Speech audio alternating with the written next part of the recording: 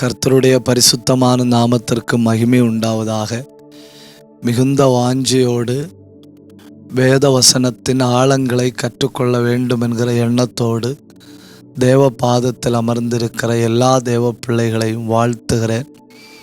உங்களை காண்பதும் உங்களோடு கூட இருப்பதும் வாழ்க்கையில் ஆண்டவர் தந்த ஒரு பெரிய பாக்கியம். மவுண்டு சர்ச்சுக்காக, கார்த்திகையாவுக்காக மவுண்டு சர்ச்சை கொண்டு பரலோகத்தின் ஆண்டவர் செய்கிற எல்லா செயல்களுக்காக, தேசத்தின் எழுப்புதலுக்காக உங்களை பயன்படுத்துகிற தேவ கிருபைகளுக்காக கர்த்தரை ஸ்தோத்தரிக்கிறேன். உங்களை கர்த்தர் இன்னும் ஆசீர்வதிப்பாராக, நடத்துவாராக, பயன்படுத்துவாராக என்று நான் ஜெபித்து கொள்ளுகிறேன். இன்றைக்கு நாம் கற்றுக்கொள்ளப் போவது எபிரேயர் நிருபத்தின் 21வது வகுப்பு. கடந்த சில வாரங்களாக நாம் எபிரேயர் 3ஆம் அதிகாரத்தை கற்றுக்கொண்டு வருகிறோம். எபிரேயர் 3ஆம் அதிகாரம் ஒரு கம்பேரிசன், 2 பகுதிகளை ஒப்பிட்டு பார்க்கிறது. யாரையெல்லாம் ஒப்பிட்டு பார்க்கிறது? இயேசு கிறிஸ்துவையும் மோசேயும் ஒப்பிட்டு பார்க்கிறது. இயேசு கிறிஸ்துவையும் மோசேயும் ஒப்பிட்டு பார்க்கிற இடத்துல 7 காரியங்கள் சொல்லப்பட்டிருக்கிறது. என்ன கம்பேர் பண்ணப்படுகிறது? உண்மை. மோசேயுடைய உண்மையும் இயேசு கிறிஸ்துவுடைய உண்மையும் ஒப்பிட்டு பார்க்கப்படுகிறது. எபிரேயர் 3ஆம் அதிகாரம் 2வது வசனம். Faithfulness is compared. மோசே தேவனுடைய வீட்டில் எங்கும் உண்மையுள்ளவராயிருந்து, இவரோ வீட்டுக்கு மேற்பட்டவராயிருந்தும் உண்மையுள்ளவராயிருந்து. அப்போ அந்த உண்மை ஒப்பிட்டு பார்க்கப்படுகிறது. 2வதாக மகிமை ஒப்பிட்டு பார்க்கப்படுகிறது. மகிமை. மோசேயின் முகம் பிரகாசித்தது. தேவ பிரசன்னத்திலிருந்து இறங்கி வரும் பொழுது மோசேயின் முகம் பிரகாசித்தது. இயேசு கிறிஸ்து, இவரோ அவருடைய மகிமையின் சொரூபம். மறுரூப மலையில வைத்து அவர் தெய்வத்தினுடைய முகப்பிரகாசம் என்பதை காண முடிந்தது. பேதுரு சொல்லுகிறார், நாங்கள் மகிமையை கண்ட சாட்சிகள். அப்போ உத்தமம் அல்லது உண்மை ஒப்பிட்டு பார்க்கப்படுகிறது. 2வது மகிமை ஒப்பிட்டு பார்க்கப்படுகிறது. 3வது கனம் ஒப்பிட்டு பார்க்கப்படுகிறது. ஹானர். மோசேயை பார்த்து ஆண்டவர், நான் உன்னை விட்டு விலகுவதும் இல்லை, உன்னை கைவிடுவதும் இல்லை அப்படின்னு சொன்னாருன்னு வைங்க. சப்போஸ் மோசேயுடைய உயிரே போனாலும் ஆண்டவர் கைவிடுவதில்லை. இப்போ மோசே மரித்து போய்விட்டார். சாத்தான் மோசேயினுடைய உடம்பை எடுக்க தன்னுடைய ஆட்களை அனுப்புறான். அங்க போய் பார்த்தப்பதான் தெரியுது, மோசேயினுடைய உடலுக்கு Z+ பாதுகாப்பு. நான் உன்னை விட்டு விலகுவதும் இல்லை, உன்னை கைவிடுவதும் இல்லை அப்படிங்கிற வார்த்தையினுடைய அர்த்தம் அப்பதான் புரியுது. அவர் கைவிட மாட்டேன்னு சொன்னா செத்தாலும் கைவிட மாட்டார். மோசேயை அவர் அடக்கம் பண்ணினார். கனம். என்ன கனம் இல்லையா? God buried Moses. ஆனா இவரை பாருங்க, இயேசுவை, இவரையோ தேவன் உயிரோடு எழுப்பினார். அப்போ உண்மை ஒப்பிட்டு பார்க்கப்படுகிறது, மகிமை ஒப்பிட்டு பார்க்கப்படுகிறது, கனம் ஒப்பிட்டு பார்க்கப்படுகிறது. 4வதாக அந்த பொசிஷன், பதவி ஒப்பிட்டு பார்க்கப்படுகிறது. மோசே யாரு? எபிரேயர் 3:5, என் தாசனாகிய மோசே, மோசஸ் மை சர்வன்ட். இயேசு கிறிஸ்துவ பாருங்க, எபிரேயர் 3:6, குமாரன். See the difference between servant and son. மோசே அவண்டவருடைய தாசனாகிய மோசே, இயேசு கிறிஸ்து குமாரன். அப்போ உண்மை, மகிமை, கனம், பதவி. ஆறாவதாக அந்த ஊழியத்துக்குள்ள அர்ப்பணிப்பு ஒப்பிட்டு பார்க்கப்படுகிறது. அர்ப்பணிப்பு. எபிரேயர் 8:5 பாருங்க. மோசேய வலுக்கட்டாயமாயாகும் ஊழியத்துக்கு கொண்டு வராரு. வலுக்கட்டாயமாய். இந்த யாத்திரையாகமம் 3ஆம் அதிகாரம் 4ஆம் அதிகாரம் இந்த அதிகாரங்களை வாசிக்கும்போது நமக்கு புரியும், ஆண்டவர் கட்டாயப்படுத்தி கொண்டு வராரு. அந்த 4ஆம் அதிகாரம் 23, 24, 25 வசனங்களை வாசிக்கும் பொழுது ஒரு தரம் ஆண்டவர் மோசேயை கொல்லும்படி எதிர்ப்படுகிறார். அப்பொழுது சிப்போரால் தன் குமாரனுடைய நுனித்தோலை அறுத்து மோசையினுடைய கால்களுக்கு நடுவில் எறிந்து, இவர் என் இரத்த சம்பந்தமான புருஷன்னு சொல்லி காப்பாற்றுகிறார். மோசே தானாக அர்ப்பணிப்போட ஊழியத்துக்கு வந்ததல்ல. மோசே ஆண்டவர் வலுக்கட்டாயமாய் இழுத்தது. நம்மை கொண்டு ஒரு தேவ சித்தத்தை நிறைவேற்ற ஆண்டவர் விரும்பினால் ஏதாவது ஒரு வழியில் நம்மை சந்திப்பார். அது ஒருவேளை இனிமையான அனுபவங்களாக இருக்கலாம், அது ஒருவேளை கசப்பான அனுபவங்களாக இருக்கலாம், அது ஒருவேளை பாக்கியங்களாக இருக்கலாம், அது ஒருவேளை உபத்திரவங்களாக இருக்கலாம். ஏதாவது ஒரு வழியில் தெய்வத்தினுடைய சந்திப்பு உண்டாகும். மோசேய வலுக்கட்டாயமாய் அவன் விரும்பி வந்ததல்ல. 80 வயசுள்ள ஒரு ஆண் பிள்ளையும் அன்னைக்கு கண்டுபிடிக்க முடியாது. ஏன்னா மோசே பிறந்த காலத்தில் பிறந்த எல்லா ஆண் பிள்ளைகளும் கொல்லப்பட்டார்கள். யூனிக் ஏஜ், அந்த வயசே சொல்லுது நீ விசேஷமானவன் அப்படின்னு. 80வது வயசு. அந்த 80 வயசுள்ள ஆண் பிள்ளைகள் ஆண்கள் யாருமே அன்னைக்கு இஸ்ரவேலர்களுக்குள்ளே இல்லை. காப்பாற்றப்பட்ட ஒரே பிள்ளை மோசே. அப்போ வலுக்கட்டாயமாய் ஆண்டவர் பேசுறார். 8ஆம் அதிகாரம் 5வது வசனம். ஆனா இயேசு கிறிஸ்து அப்படி இல்லை. எபிரேயர் 10:7 பாருங்க. அட்வான்ஸா அவரே சொல்றாரு, தோ வருகிறேன், புஸ்தகச் சுருளில் என்னை குறித்து எழுதியிருக்கிறது. பார்த்தீங்களா? அப்போ மறுபடியும் சொல்றேன், உண்மை ஒப்பிட்டு பார்க்கப்படுகிறது, மகிமை ஒப்பிட்டு பார்க்கப்படுகிறது, கனம் ஒப்பிட்டு பார்க்கப்படுகிறது, பதவி ஒப்பிட்டு பார்க்கப்படுகிறது, பொசிஷன் ஒப்பிட்டு பார்க்கப்படுகிறது, அழைப்பு ஒப்பிட்டு பார்க்கப்படுகிறது, அப்புறம் அவருடைய ஊழியங்கள் ஒப்பிட்டு பார்க்கப்படுகிறது. ஊழியங்கள் ஒப்பிட்டு பார்க்கும்போது என்ன, மோசே இரத்தத்தை தெளிக்கும்போ தனக்காகவும் மற்றவர்களுக்காகவும் இரத்தத்தை தெளிக்கணும். தனக்காகவும் மற்றவர்களுக்காகவும், தன் பாவங்களுக்காகவும் இரத்தத்தை சிந்தனும், மற்றவர்கள் பாவத்துக்காகவும் இரத்தத்தை சிந்தனும். இவரோ பாவம் அறியாத தேவகுமாரன். இவரோ தனக்காக இரத்தத்தை சிந்த வேண்டுவது இல்லை, மனுஷருக்காக மட்டும், நம்முடைய பாவங்களுக்காகவே அவர் அடிக்கப்பட்டார். அப்போ 6 காரியங்கள் மோசேயும் இயேசு கிறிஸ்துவும் ஒப்பிடப்படுகிறார்கள். அப்புறம் இந்த எபிரேயர் நிருபம் 3ஆம் அதிகாரத்தில் எதெல்லாம் ஒப்பிடப்பட்டிருக்கு தெரியுமா? இஸ்ரவேல் ஜனங்களும் சபையும் ஒப்பிடப்படுகிறார்கள். உங்களுக்கு புரியுதுன்னு நினைக்கிறேன். இயேசு கிறிஸ்துவும் மோசேயும், Moses and Jesus compared. Now church with the people of Israel compared. இஸ்ரவேல் ஜனங்களையும் நிகழ்கால சபையும் ஆண்டவர் ஒப்புமைப்படுத்தி பார்க்கிறார். அந்த ஒப்புமைப்படுத்தி பார்க்கிற இடத்துல அந்த எபிரேயர் 3ஆம் அதிகாரம் 7, 8, 9 வசனங்களை பாருங்க. எபிரேயர் 3ஆம் அதிகாரம் 7வது வசனம். யாரு பேசுறது? பரிசுத்தாவியானவர் சொல்லுகிறபடி. அப்ப பேசுறது யாரு? பரிசுத்தாவியானவர். இந்த பரிசுத்த ஆவியானவர் சொல்லுகிறபடி அப்படின்னு சொல்லியிருக்கு இல்லையா? இது போல இன்னொரு வார்த்தை 1 தீமோத்தேயு 4:1 சொல்லியிருக்கு.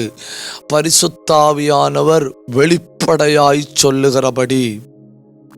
ஆவியானவர் வெளிப்படையாய் சொல்லுகிறபடி. அப்போ எபிரேயர் 3:7 இன்று அவருடைய சத்தத்தை கேட்பீர்களாகில். யாரு சொல்லுகிறபடி? ஆவியானவர் சொல்லுகிறபடி. Spirit of the lord speaks. 1 தீமோத்தேயு 4:1 spirit of the lord speak exceedingly. பரிசுத்த ஆவியானவர் வெளிப்படையாய் பேசுகிறார். இனி நீங்க வெளிப்படுத்தல் 2 அதிகாரம் 3 அதிகாரத்தையும் வாசிச்சீங்கன்னா, ஆவியானவர் சபைகளுக்கு சொல்லுகிறதை காதுள்ளவன் கேட்க கடவன். ஆக 3 பகுதிகள் ஆவியானவர் பேசுகிறார். ஆவியானவர் என்ன பேசுறாரு? இஸ்ரவேல் ஜனத்தையும் நிகழ்கால சபையும் கம்பேர் பண்ணி பேசுறாரு. பேசும்போது சொல்லுகிற வார்த்தைகளை நீங்க கவனிக்கணும். 2 காரியங்கள் முக்கியம். 1, வனாந்தரத்தில் கோபம் மூட்டின நாள். 2, சோதனை நாள். பார்த்தீங்களா? 2 காரியம்.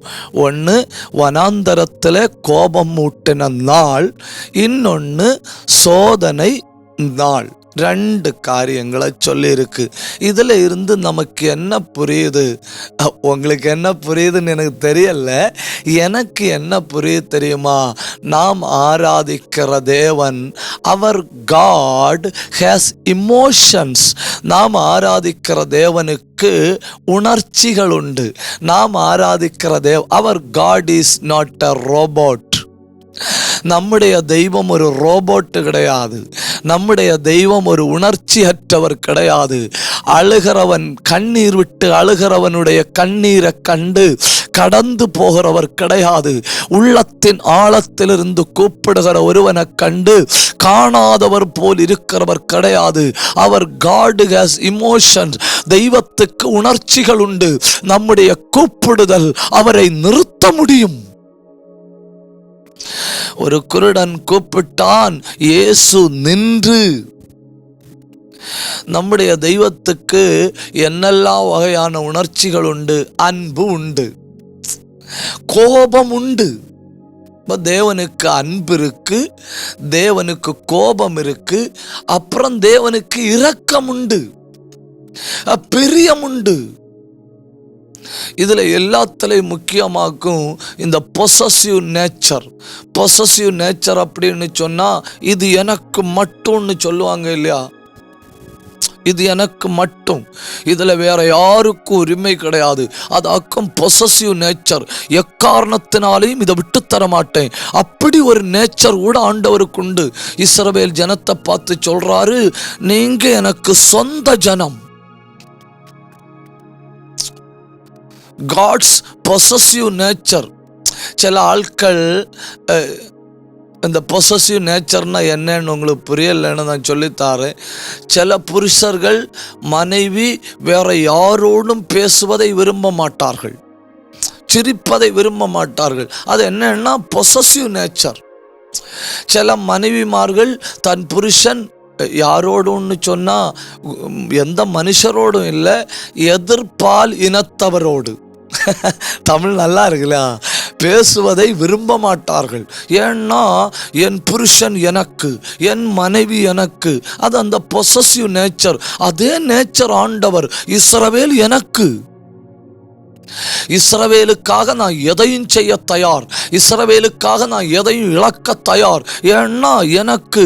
இப்போ அப்போஸ்தலர் 27 அதிகாரம் 23 அதிகாரத்தில் பவுல் சொல்றாரு, ஆண்டவருக்கு பொசசிவ் நேச்சர் உண்டுன்னு. அது எப்படி தெரியுமா? என்னை ஆட்கொண்டவர். என்னை ஆட்கொண்டவர்னா என்ன? God who possessed me.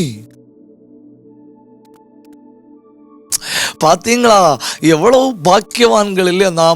நாம ஆராதிக்கிற தெய்வத்துக்கு உணர்ச்சிகள் உண்டு. அவரு நகைக்கிறார், அவர் அன்பு வைக்கிறார், அவர் இரக்கம் வைக்கிறார், அவர் கோபப்படுகிறார், அவர் பிரியப்படுகிறார். அவருக்கு பிரியம் இருக்கு, அவர் வெறுக்கிறார். அப்போ வெறுப்பு, பிரியம், அன்பு, இரக்கம், கோபம், பொசசிவ் நேச்சர், இதெல்லாம் உள்ள தெய்வத்தை நாம் ஆராதிக்கிறோம்.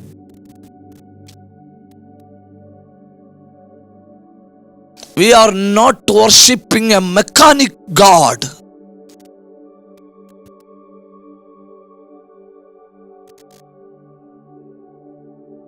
ஒரு மெக்கானிசத்தை போல, ஒரு எந்திரத்தை போல செயல்படுகிற உணர்ச்சியற்ற ஒரு தெய்வத்தை அல்ல நாம் ஆராதிக்கிறது.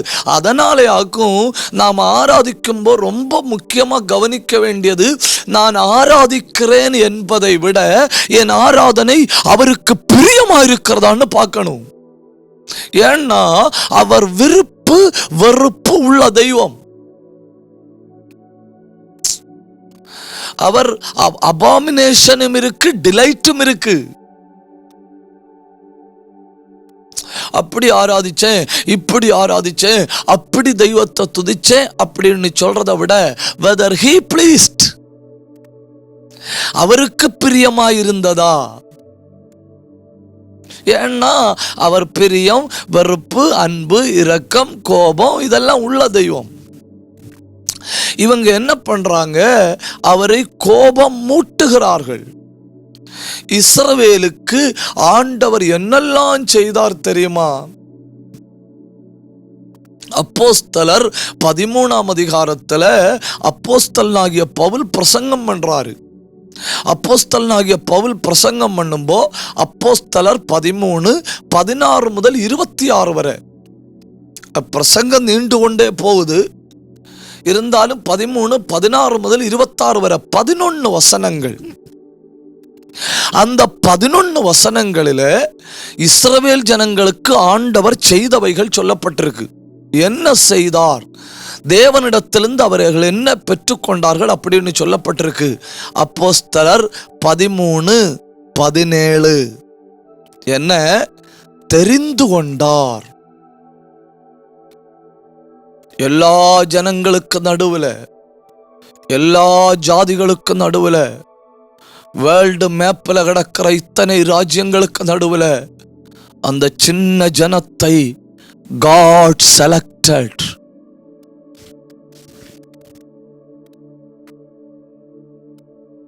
அதனாலதான் சொல்றாரு, நீங்கள் என்னை தெரிந்து கொள்ளவில்லை, நான் உங்களை தெரிந்து கொண்டேன்.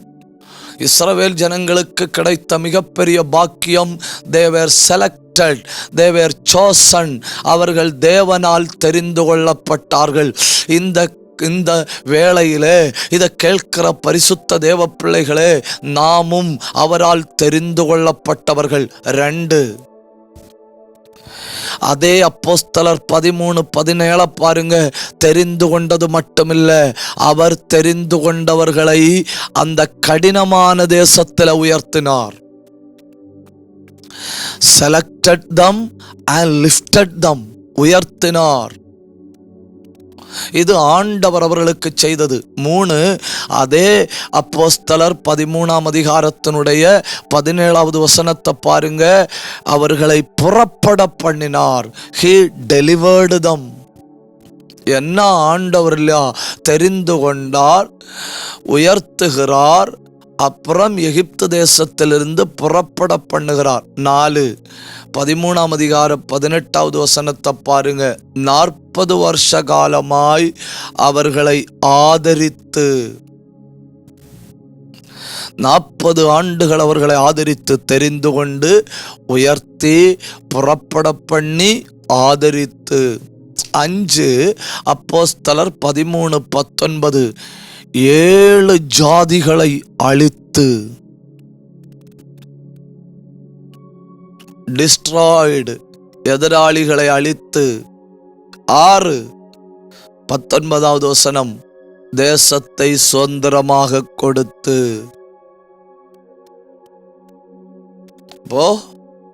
தெரிந்து கொண்டார், உயர்த்தினார், புறப்பட பண்ணினார், ஆதரித்தார், சத்துருக்களை அழித்தார், தேசத்தை சுதந்திரமாக பங்கிட்டு கொடுத்தார். 7 அந்த 13ஆம் அதிகாரம் 20வது வசனத்தை பாருங்க. God appointed, ஏற்படுத்தி வைத்தார். யாரையெல்லாம் ஏற்படுத்தி வைத்தார்னு பாருங்க. நான் சொன்னதெல்லாம் ஒரு தடவை கூட சொல்லுவேன். யாரையெல்லாம் ஏற்படுத்தி வைத்தார்னு பாருங்க. நியாயாதிபதிகளை ஏற்படுத்தி வைத்தார், ஜட்ஜஸ். அப்புறம் யாரை ஏற்படுத்தி வைத்தார்? சாமுவேல் தீர்க்கதரிசி ஏற்படுத்தி வைத்தார். அப்போ நியாயாதிபதிகளை ஏற்படுத்தினார், 2 தீர்க்கதரிசிகளை ஏற்படுத்தினார். அப்புறம் பாருங்க, ராஜாக்களை ஏற்படுத்தினார். நியாயாதிபதிகள், தீர்க்கதரிசிகள், ராஜாக்கள். அந்த ராஜாக்களின் லிஸ்ட்ல யாருங்க பேரெல்லாம் வருதுன்னு பாருங்க. சவுல், தாவீது ராஜாக்களை ஏற்படுத்தினார். அப்புறம் பாருங்க, God appointed a voice, ஒரு தொனியை ஏற்படுத்தினார். வனாந்தரத்தில் கூப்பிடுகிறவனுடைய சத்தம், அது வழியாக ஒரு சேவியரை, இரட்சகரை ஏற்படுத்தினார். ஒரு தடவை சொல்றேன், கொஞ்சம் கவனிங்க. இஸ்ரவேல் ஜனங்களை தெரிந்து கொண்டார். இனி நீங்க தான் எனக்கு, இனி நான் தான் உங்களுக்கு தெரிந்து கொண்டார். தெரிந்து கொண்ட ஜனத்தை அப்படியே விடல்ல, உயர்த்தினார். தெரிந்து கொண்டு உயர்த்தினது மட்டுமில்ல, எகிப்திலிருந்து புறப்பட பண்ணினார். புறப்பட பண்ணினது மட்டுமில்ல, அவர்களை 40 ஆண்டுகள் ஆதரித்தார். ஆதரித்தது மட்டுமில்ல, அவர்கள் குடியிருக்க போகிற தேசத்திலிருந்து 7 ஜாதிகளை அழித்தார். அழித்தது மட்டுமில்ல, அவர்கள் தேசத்தை சுதந்திரமாக பங்கிட்டு கொடுத்தார். தேசத்தை கொடுத்தது மட்டுமில்ல, நியாயாதிபதிகளை கொடுத்தார், தீர்க்கதரிசிகளை கொடுத்தார் சாமுவேலை போல, ராஜாக்களை கொடுத்தார், சவுல், தாவீது, இப்படி ராஜாக்களை கொடுத்தார். எல்லாவற்றின் கடைசியில யோவான் என்கிற ஒரு சத்தத்தை கொடுத்தார். அந்த சத்தத்தின் தொட்டு பின்னால உங்களுக்கு நியாயாதிபதி மட்டும் போதாது, உங்களுக்கு தீர்க்கதரிசி மட்டும் போதாது, உங்களுக்கு ராஜாக்கள் மட்டும் போதாது, உங்களுக்கு சத்தம் மட்டும் போதாது அப்படின்னு சொல்லி கடைசியில இவ்வுலகத்தின் இரட்சகரையே கொடுத்தார். God gave. இப்படி இதெல்லாம் ஆண்டவர் இஸ்ரவேல் ஜனங்களுக்கு செய்திருக்க, இதெல்லாம் ஒரு தகப்பனாக நின்று தோளில் சுமந்து இதெல்லாம் அவர்களுக்கு செய்திருக்க, அவர்கள் என்ன செய்தார்கள்னு ஆவியானவர் சொல்றாரு. What did they to? நான் முந்திய சொன்னேன், உணர்வுகள் உள்ள தேவன். தைரியமா அவரை கூப்பிடலாம், பதில் வரும். ஏன்னா உணர்வுகள் உள்ள தேவன். இரக்கத்துக்கு கெஞ்சலாம், இரக்கம் வரும். உணர்வுகள் உள்ள தேவன். அன்பை எதிர்பார்க்கலாம், அன்பு வரும். அன்புள்ள தேவன், பிரியப்படுகிற தேவன். உண்மையாய் ஜெபித்து, உண்மையாய் ஆராதித்து, உண்மையாய் தேவ சித்தத்தை செய்கிற தேவ பிள்ளைகள் மேல் பிரியப்படுகிற தேவன். இதெல்லாம் ஒரு பக்கத்தில் இருந்து ஆண்டவர் கொடுத்து கொடுத்து கொடுத்து கொடுத்து கடைசியில என்ன பண்ணாரு? இரட்சகரை கொடுத்தார். அதாவது இரட்சகரை கொடுக்கும்படி இதெல்லாம் கொடுத்தார். இதெல்லாம் கொடுத்தது. You will have a judge because I will give you a savior. You will have kings because I will give you a savior. You will have prophets because I will give you a savior. You will have voice because I will give you a savior. உங்களுக்கு ஒரு இரட்சகரை தருவதற்கு அடையாளமாக நியாயாதிபதிகளை தருகிறேன். உங்களுக்கு ஒரு இரட்சகரை தருவதற்கு அடையாளமாக தீர்க்கதரிசிகளை தருகிறேன். உங்களுக்கு ஒரு இரட்சகரை தருவதற்கு அடையாளமாக ராஜாக்களை தருகிறேன். உங்களுக்கு ஒரு இரட்சகரை தருவதற்கு அடையாளமாக யோவான் என்கிற சத்தத்தை தருகிறேன். கடைசியில I give you the savior, உங்களுக்கு இரட்சகரை தருகிறேன். கொடுத்து கொடுத்து கொடுத்து தம்மையே கொடுத்தார். இப்ப இவங்க என்ன பண்ணாங்கன்னு நாம சங்கீதங்கள்ல வாசிக்கலாம். அதாவது யாத்திரையாகமம், லேவியராகமம், எண்ணாகமம், உபாகமம் 4 புஸ்தகங்கள்ல வாசிக்கலாம் இவர்கள் என்ன செய்தார்கள்னு. சங்கீதங்கள்ல வாசிக்கலாம் இவர்கள் என்ன செய்தார்கள்னு. தேவனிடத்திலிருந்து இவங்க பெற்றதெல்லாம் நன்மையானவைகள், திருப்பி என்ன செய்தார்கள்னு. எபிரேயர்கள் நிருபத்தில் வாசிக்கலாம் என்ன செய்தார்கள்னு. கோபம் மூட்டினார்கள். கொரிந்தியர்கள் நிருபத்தில் வாசிக்கலாம் என்ன செய்தார்கள்னு. 1 கொரிந்தியர் 10ஆம் அதிகாரம், கொஞ்சம் சிந்தை அந்த பக்கமா திருப்புங்க. 1 கொரிந்தியர் 10ஆம் அதிகாரம். அவர்கள் என்ன செய்தார்கள்? 1 கொரிந்தியர் 10 1 முதல் 11. அங்க நீங்க பாருங்க. அங்க நீங்க பார்க்கும்போ நான் இனி சொல்ல போற சில வகையான வார்த்தைகளை பார்க்க முடியும். Some different type of words நீங்க பார்க்க முடியும். 1, அவர்கள் எல்லாரும். அவர்கள் எல்லாரும் பார்த்தீங்களா? அவர்கள் எல்லாரும் 10ஆம் அதிகாரம் 1 இருந்தாங்க நான் சொல்றேன். அவர்கள் எல்லாரும் மோசேக்குள்ளாகவும் சமுத்திரத்துக்குள்ளாகவும் மேகத்துக்குள்ளாகவும் ஞான ஸ்நானம் பெற்றார்கள். அவர்கள் எல்லாரும் பார்த்தீங்களா? 1 முதல் 4 வசனம் வரை 1 கொரிந்தியர் 10 1 முதல் 4 வரை சொல்லி இருக்கிறது எல்லாமே அவர்கள் எல்லாரும்.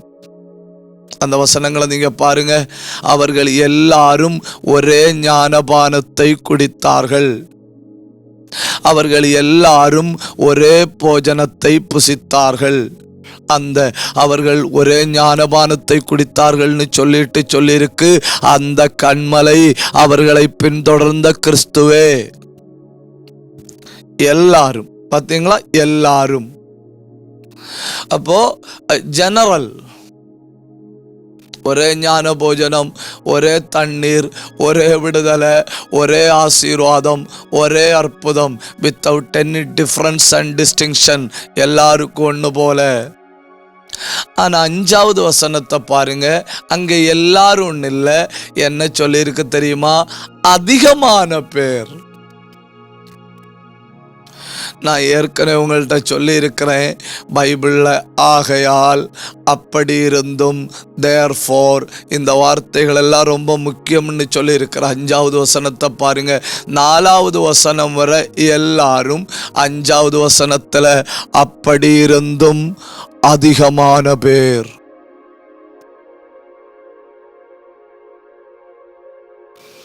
அதிகமான பேரை பற்றி என்ன சொல்லி இருக்கு? தேவன் பிரியப்படவில்லை.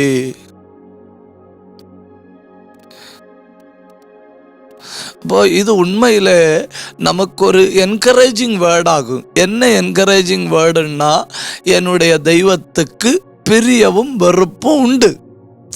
தானியேலை பார்த்து சொல்றாரு, நீ எனக்கு பிரியமானவன், மிகவும் பிரியமானவன்.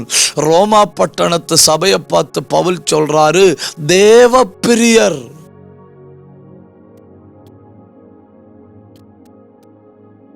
அப்போ அதிகமான பேரிடத்தில் தேவன் பிரியமாயிருக்கவில்லை. அப்போ எல்லாரும் 10 1 முதல் 4 வரை 5 6 வசனம் அதிகமான பேர். அப்புறம் இந்த 7வது வசனத்திலிருந்து 10வது வசனம் வரை பாருங்க, சிலர். எல்லாரும், அதிகமான பேர், சிலர். பார்த்தீங்களா? அந்த சிலரை பற்றி என்ன சொல்லியிருக்கு? சிலர் விக்கிரகங்களை பின்பற்றினார்கள். 10:7 ஐடாலட்ரி.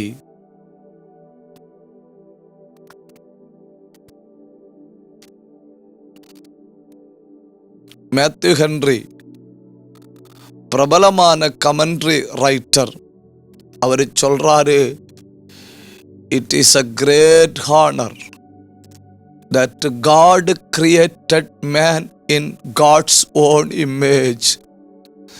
மனுஷனுக்கு ஆண்டவர் கொடுத்த மிகப்பெரிய கனம், மனுஷனை தம்முடைய சாயலின்படி உண்டாக்கினார்.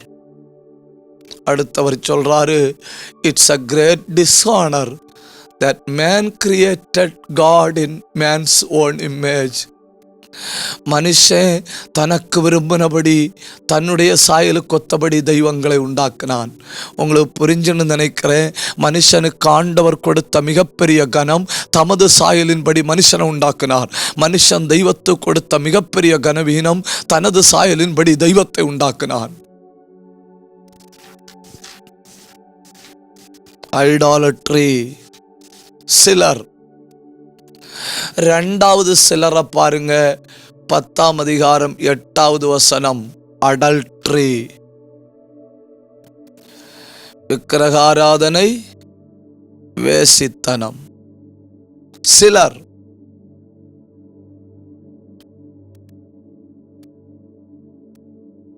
அடுத்த அந்த 9வது வசனத்தை பாருங்க. டெஸ்டட், டெம்ப்டட், பரீட்சை பார்த்த சிலர். எல்லாரும், அதிகமான பேர், சிலர். புரியுறவங்க ஒரு அல்லேலியா சொல்லுங்க.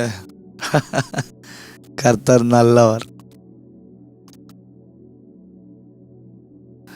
இந்த சிலரை பற்றி 1வது சொல்லியிருக்கு விக்கிரகாராதனை, சிலரை பற்றி 2வது சொல்லியிருக்கு வேசித்தனம். 9வது வசனத்தை பாருங்க. சிலரை பற்றி 3வது என்ன சொல்லியிருக்குன்னு பாருங்க, பரீட்சை பார்த்தார்கள். இனி அந்த 10வது வசனத்தை பாருங்க, முறுமுறுத்த சிலர்.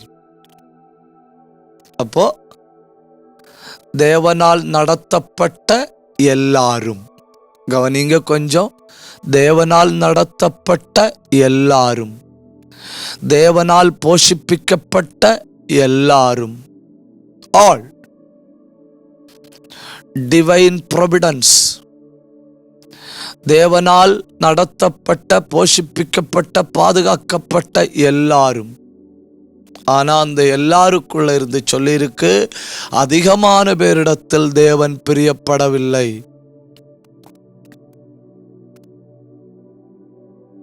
அதிகமான பேருன்னா எத்தனைன்னு நான் கொஞ்சம் தாண்டி சொல்லலாம்.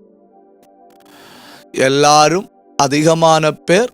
அடுத்து 4 தடவை சொல்லியிருக்கு சிலர். அந்த சிலர் விக்கிரகங்களை பின்பற்றி போன சிலர், வேசித்தனத்தை பின்பற்றி போன சிலர்,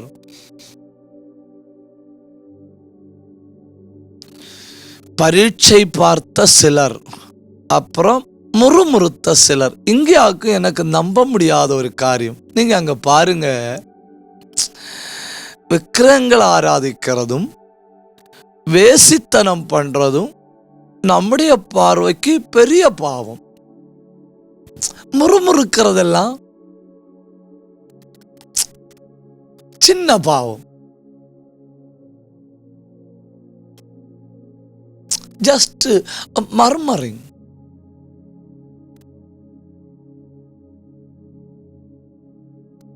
எவ்வளவு ஜெபம் பண்ணியும் ஒரு அற்புதத்தை காணல. Just murmuring. நான் ஆண்டவருக்காக என்னெல்லாம் செய்றேன், ஆண்டவர் எனக்கு எதுவும் செய்யல. Just murmuring. ஆனா பாருங்க, ஈக்குவலா போட்டிருக்கு.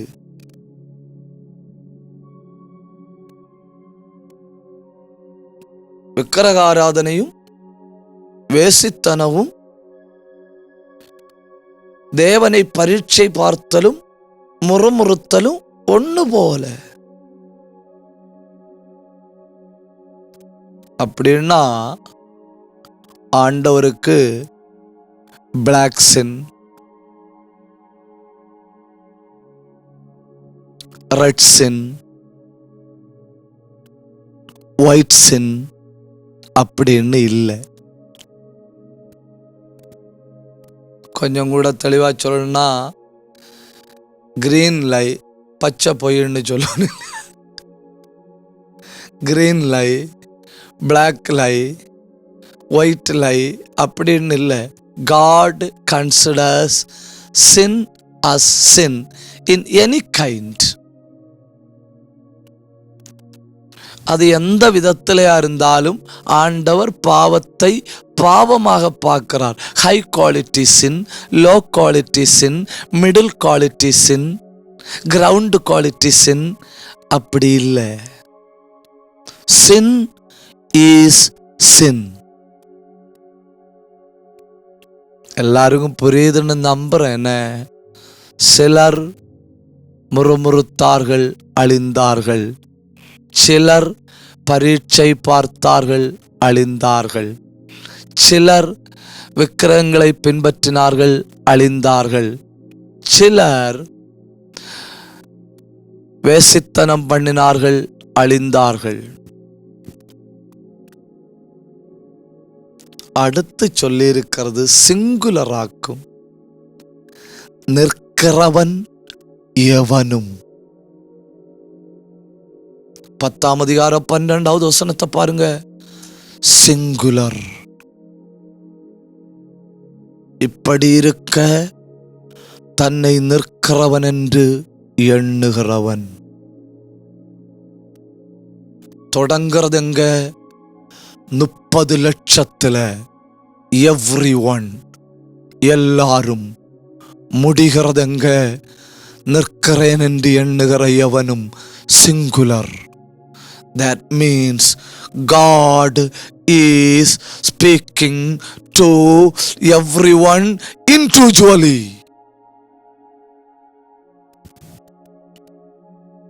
100 பேர் ஒரு சபையில உட்கார்ந்திருந்தாலும் ஒரு செய்தி வேளையில ஒவ்வொரு தனிநபர்களோடு ஆண்டவர் பேசுகிறார். 1000 பேர் ஒரு கூட்டத்தில் உட்கார்ந்திருந்தாலும் செய்தி வேளையில ஒவ்வொரு தனிநபர்களோடு ஆண்டவர் பேசுகிறார்.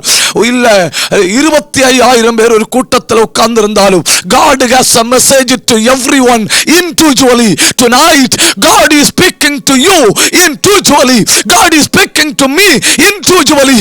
இந்த நாளிலே கர்த்தர் என்னோடு தனிப்பட்ட விதத்தில் பேசுகிறார், உங்களோடு தனிப்பட்ட விதத்தில் பேசுகிறார். God has a message to you. God has a message to me. God has a message to us.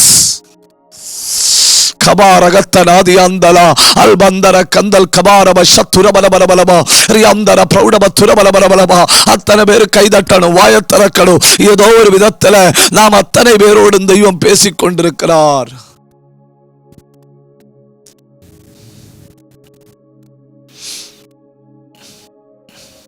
என்ன சொல்லுது?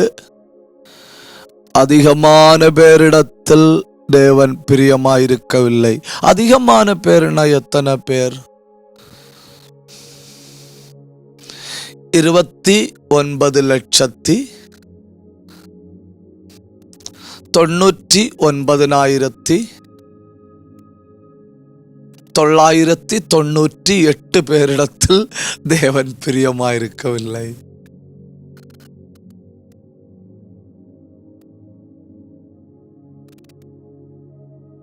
ஒரு தடவை கூட சொல்லணுமோ? நான் எவ்வளவு கஷ்டப்பட்டு ஒரு தடவை சொன்னேன். தேவன் பிரியமா இருந்தது 2 பேர்.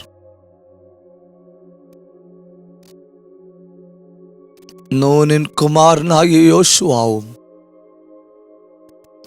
எப்புன்னேயின் குமாரனாகிய காலேபும் அப்படிப்பட்டவர்கள் அல்ல. அவர்களுக்குள்ளே வாசம் பண்ணுகிறது என்னுடைய ஆவி. அவர்கள் என்னுடையவர்கள்.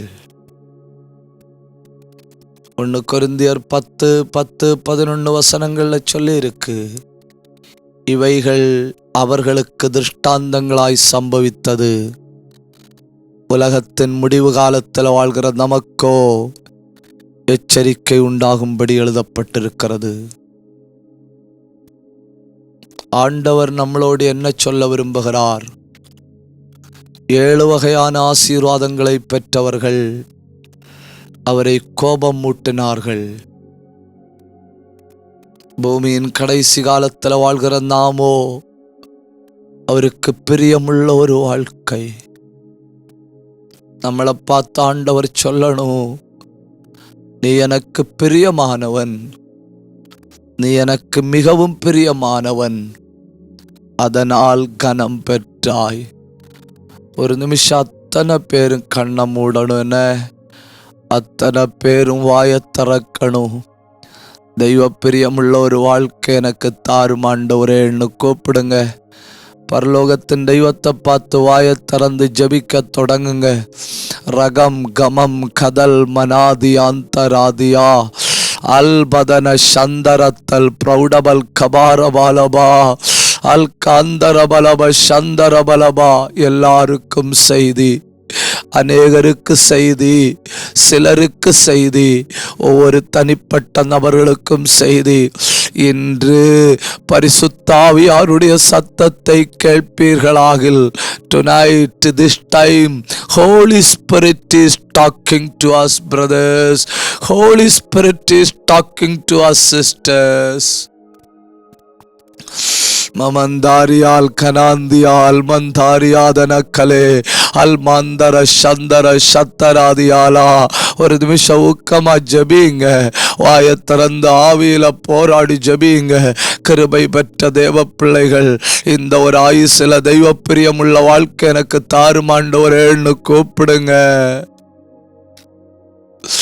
மல்மராகதனாதியாந்தலாதர சந்தர சத்தல் பனாத்தி ஆல்மனா.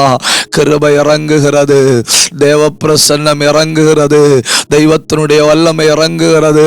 அநேகருடைய உள்ளங்களில் ஆண்டவர் கிரியை செய்கிறார். அநேகருக்கு ஒரு தெளிவான ஆவியை ஊற்றுகிறார், அநேகரை உணர்த்துகிறார், அநேகரை ஏவுகிறார், அநேகரை பலப்படுத்துகிறார். மோசேயும் கிறிஸ்துவையும் ஒப்புமைப்படுத்தி பார்த்த வேதவசனம் இஸ்ரவேல் ஜனங்களை நம்மையும் ஒப்பிட்டு பார்க்குது. பார்த்துட்டு சொல்லுது, அவர்கள் அவர்கள் அவர்கள் கடைசியில சொல்லுது, நிற்கிறேன் என்று எண்ணுகிற நாம். கிருபையுள்ள தகப்பனே, இந்த நல்ல வேளைக்காய் உமக்கு நன்றி. கொஞ்ச நேரம் உம்முடைய பாதத்தில் அமர்ந்திருந்து உம்முடைய திருவசன சத்தியங்களை தியானிக்கும்படி தந்த கிருபைக்காய் உமக்கு நன்றி. மனுஷன் அப்பத்தினால் மட்டுமல்ல, கர்த்தருடைய வாயிலிருந்து புறப்படுகிற ஒவ்வொரு வசனத்தினாலும் பிழைப்பான் என்று உம்முடைய வேதம் சொல்லுகிறதே. உம்முடைய வசனம் எங்களை பிழைப்பூட்டுகிறபடியால், உம்முடைய வசனம் எங்களை உயிர்ப்பிக்கிறபடியால் உமக்கு நன்றி. கேட்டுக்கொண்டு எல்லார் மேலும் கிருபை உண்டாகணும், கேட்டுக்கொண்டு எல்லாரையும் பலப்படுத்தணும், எல்லார் மேலும் ஒரு அபிஷேகம் இறங்குவதாக, ஒரு தூண்டுதல் உண்டாவதாக. உமக்கென்று வாழ வேண்டும் என்கிற வைராக்கியத்தை உள்ளத்துல போடுங்க. எங்கள் ஆவி ஆத்தும சரீரம் இருதயம் சிந்தை எல்லாம் உம்முடைய கரத்தில் தருகிறோம். கார்த்திகையாவை மவுண்ட் சர்ச்சை மொத்தமாய் உம்முடைய கரத்தில் தருகிறோம். எல்லார் மேலும் உம்முடைய கிருபை தங்கி இருக்கணும். அடுத்து ஒரு கூடுகையில் ஒருமித்து காண்கிறது வரை உன்னத பிரசன்னத்தில் எங்களை மறைத்து கொள்ளும். தாழ்த்துகிறோம். ஜபத்தை கேட்டபடியால் உமக்கு நன்றி செலுத்தி இயேசுவின் நாமத்தில் ஜபிக்கிறோம் நல்ல பிதாவே, ஆமென். மௌனமாய் கேட்டுக்கொண்டு உங்கள் எல்லாரையும் கர்த்தர் ஆசீர்வதிப்பார். God bless you.